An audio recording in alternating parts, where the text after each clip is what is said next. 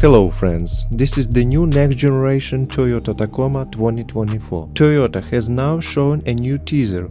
The new Tacoma is built on the same TNGA-F platform as Toyota Tundra. The car will be equipped with a 2.4-liter turbocharged gasoline engine rated at 275 horsepower. Also, for the first time in a lineup will appear hybrid version with 366 horsepower, and at the end of 2024 will be present an all-electric version of Toyota Tacoma. The car will premiere at the end of this year. Write the comments if you like the design of the new Toyota Tacoma.